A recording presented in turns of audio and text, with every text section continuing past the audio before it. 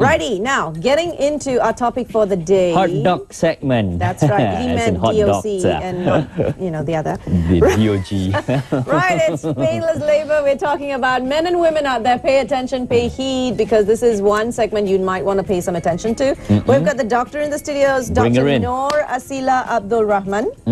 Consultant anesthesiologist from the Columbia Asia Hospital in Puchong. Good morning, doctor. Good morning, doctor. Morning, and of course, from what we understand, there are a few modes of pain relief during labor. So can you tell us what are the different modes of pain relief during labor? Well, thank you, first of all, to invite me to talk into this topic. And this is actually a interesting topic where we can actually educate the public today and increase the awareness about the epidural, right? Okay, there are a few modes to relieve pain during labor, and which are injection, by giving injection, for example, patidine, and or we can give gas for the mother to inhale. And the most effective pain relief during labor is the epidural, which we are going to talk today.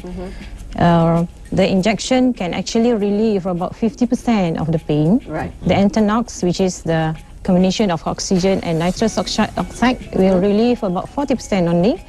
Whereas epidural anesthesia or analgesia can relieve even to 90% of the pain during labor. So today, we can educate the public that there is a mode of analgesia that anesthetists can give to the mother during labor, which is very, very effective. Now let's go back a bit here before we even get into this epidural and painless labor. Can you tell the viewers what epidural is and basically what it constitutes? Because not many people understand when you say epidural. Maybe the women folk would, but not the men folk. So let's educate them a bit. Yeah, especially since we're going to use that word very often. Stephen asked me just now about epidural. It seems that he's getting educated. Yeah.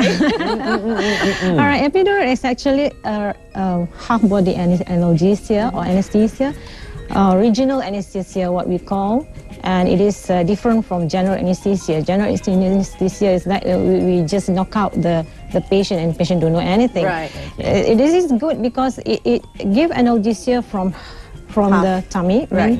Low, going down to the legs, and it covers for the obstetric labor pain. All right, so we give injection at the back, which is at the epidural space. This local anesthetic will act by inhibiting the impulse of the pain going towards the brain, so there's no pain perceived by the patient. Okay. So it is really pain-free. But that labor. Injection itself, is that painful?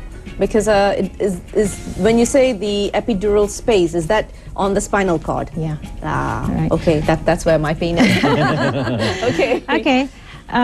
When the anesthetist give epidural, of course we have to inject something. Yeah. Right. But before we give epidural or inject that epidural needle, we give some local anesthetic to numb the skin area. Then after that, we do the epidural. So it is a little bit painful during the initial part. But it alleviates a lot of things, right? Yeah. Can we just have a look at the plasma right now, doctor? Can you tell us what this is actually? Okay. This is how we do epidural. This is when I clean the back for the initial part. Okay. Right. And then this is the waistline at the back area. So patients have to sit up or lying to the left side, so that it will make the anesthetist easier to do epidural. I see. And then later we inject the local anesthetic there, and then. Wow. Okay. You're scaring our viewers. There goes my breakfast. All right. Yes. It just gives a little bit of pain during this period, and then later we can do epidural by means that we inject an epidural needle, and we introduce plastic tubes through this into the epidural space. So this is not painful at all. Right. It's not, Annie. It's not. It's just the initial part only, and sometimes only the patient can feel a little bit of pricking because of the introduction of the epidural catheter inside. But actually, it can be, you can tolerate it. It's just a little pain only. Okay. Exactly. If you can go through labor, you can go through the needle. All right. Now, what happens after once the patients have taken their epidural, and you were saying that they are at the labor table, they are actually conscious. They are actually conscious of what's happening when the baby comes out. This is the good thing of epidural, because it gives analgesia to the patient, and without disturbing the consciousness of the patient, so that the patient can have a spontaneous labor without any pain. So this is from my experience also. So I had epidural before, and without any pain. We can also deliver the babies with this kind of technique. So as compared with the injection, when doctors give Patidine, for example, the mother becomes sleepy, and Entonox also, the mother cannot push with inhalation of continuously inhale the nitrous oxide, because it causes the mother to become sedated. Right. And some of the injection of Patidine can also goes into the blood circulation and cause side effects to the baby. Oh, I see. So the epidural, actually, the medicine or local anesthetic that we give through the epidural needles, actually very minimal goes into the blood circulation, and very, very minimal goes to the fetal circulation. So the risk to the fetus also very, very low. Because anesthetists have a very challenging role in which we have to give an effective analgesia without disturbing the contraction pain, right? Normal birth physiology, and then with minimal side effects to the mother and also to the baby. Right. Doctor, tell us, this epidural that we're talking about, is it automatically given to all mothers who are undergoing labor, or is it just specific ones who request for it? Or is it optional? 70% or more than 70% is given for analgesia. It's either the maternal request or doctor request. And then the rest, 25% of it, is given for other problems. For example, mother with maternal problem, for example, heart problem, hypertension, diabetic, and others. All right, because when a mother with medical conditions like this, when they are in pain, the conditions of the physiology of the changes there will increase the complications of the condition itself. For example, the hypertension will further go up, the heart will become more palpitated, and then it becomes more complications to the mother. Are there any contradictions when it comes to epidural? I mean, some people opt for epidural, some opt not to have it because they have their stigmatization of it. What would the contradictions be? Right, there are absolute and relative contraindication. The only absolute contraindication that we are afraid of is when the patient is on the coagulation or patient on aspirin or heparin, for example, where there is increase in tendency of the bleeding, so that this kind of condition, we try to off the aspirin early or heparin early, so that we can give epidural to the patient. But the relative contraindication, for example, abnormal back curvature, actually it is a technical difficulty to the anesthetist. We actually can give, but with manipulation or with a little bit of difficulty, but most of the times we still can give to the mother. And other contraindications is, for example, infection at the back, where we have to inject the epidural. So given that, is it still worth it to take the epidural? Well, you have to weigh again between the benefit of epidural and the complications. So it's up to the mother. Yeah, it's up to the mother, and also it's up to the doctor. If the doctor advises you to take epidural for your good, so you have to take it. And it is available nowadays, especially in a government hospital, general hospital, and in private hospital. Most of them can provide epidural. Okay. Now, very quickly, doctor, is there any complications when a woman opts to take epidural? I mean, is there something that, assuming there's a would-be mother out there watching this program, is there something that she needs to worry about if she is to take epidural? Well, when we talk about complications that I can give a list of complications. But what I want to stress here is that epidural, the complications for epidural is quite minimal.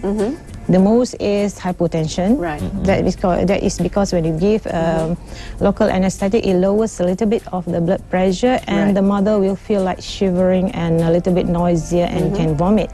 But this is only for temporary period, for first half to 1 hour only. Right. And the doctor can give treatment for that. And the others are headaches. It can happen in 5 in 1,000 of labor epidural. Paresthesia, the patient can still feel numbness after the epidural in 7 in 10,000. And back aches, 9 in 10,000 of obstetric labor. But actually the number of complications is very minimal. It's about 2 to 2.5% only of all patients. Right. So, okay, that's not too bad, 2 to 2.5%. So the next question is this, is it expensive? Oh yeah, Well, dollar signs, ka-ching, ka-ching. I think a lot of people worry there. It is available in most of the general hospital. Okay. All right, the rate of epidural being done in general hospital and especially in university hospitals is what I can say is about 70%. So it is available in government hospital and in private hospital. Probably my hospital, Columbia Asia Hospital, Puchong, is about 30% of it, and we are still increasing in number and more and more patients request for epidural. So it's high response when it comes to Malaysian women. They are requesting for epidural. Can we safely say that? Yeah, because when you ask patients from where you know the epidural, they say it's due to from the books that they read, from the friends and from the media, for example. Right. So the topics today is very good because we can increase awareness of the public about this kind of mode of treatment. Now, Doctor, one last advice that you'd like to give for would-be mothers who are thinking of having a family and perhaps going into labor at this moment, if there's somebody who's pregnant out there, what would the advice be as an anesthesiologist for you to give them? Well, because of our advance in the technology, right? So it is, the epidural is available now. It's actually available in Malaysia in 1980s, early 1980s. So why not, right? Why not you try this epidural rather than you have to have a painful period, and then, because every single woman have the choice to choose, right? So why not you choose a painless delivery, painless labor, and enjoy your delivery? That's right, that's right. So that's a concern that's going out there, right? That by using this epidural, it would impede the process of natural childbirth and therefore would invoke the unnecessary cesarean process. So is that true? When we look at the delivery during when patients on epidural, well, 75% of them goes into spontaneous labor, whereas the others, 25% or less, they go for cesarean section or either instrumental deliveries, so for example, forceps or vacuum. All right, but then having said that, there are many causes of this. For example, it's due to the medical illness or the condition of the baby itself. Probably the baby is big, and it is a difficult delivery expected. That's why the doctor gave epidural from the beginning. And but then, having said that, there is a little bit of, few studies also show that epidural can actually reduce a little bit of the contraction pain. But nowadays we have newer agents, the local anesthetic agent, that actually can give a good analgesia with minimal disturbing of the uterine contraction. All right. Okay. Well, Doctor, we'd like to thank you for your time today, and it has been highly informative. But is there anything that you'd like to further comment on this topic to let the viewers know more about what they want to know about basically epidural? Is there something that you'd like to give them in terms of advice?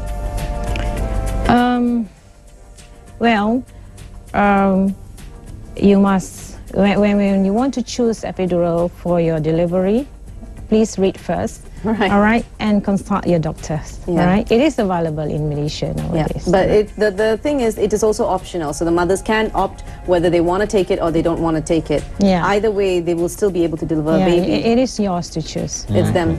Right. And the ka-ching science, which we have not addressed, is it very expensive or is it within? Could you give us a rough idea? I'm sure a lot of people would like to know. You on that. Well, it depends on the center, right? For our hospital, Columbia Asia Hospital, is about 900 plus. All right? 900 for one injection. Yeah. So around 900. But it's a safe delivery of the baby, and you enjoy your birth. It's very safe. It's very safe, right? Money you can always. Exactly. Money you can always get. A baby's life is very precious, so you must remember that. I'm sure it's worth the pain. Definitely, definitely. Thanks, doctor. Thank you very much for your input for today. And you know what, people out there, men especially out there, now you realize how much pain women go through when it comes to babies and labor pains, right? Okay, doctor, thank you so much for your time. It's been wonderful that you're giving us this. All right. He will come to you for more information later. Hey, why me? Okay, sooner or later anyway. So, viewers out there, you choose, all right? You choose whether you want the pain to be in your pockets or in your abdomen lower part. Or whether you want to enjoy your birth. Basically, women out there, if you want to enjoy the birth, as the good doctor said, you will still be able to enjoy your birth. You know, it's only one half that is numb, but the other half enjoys the sight of your baby coming out. It's absolutely beautiful. And for men out there, beware. Beware.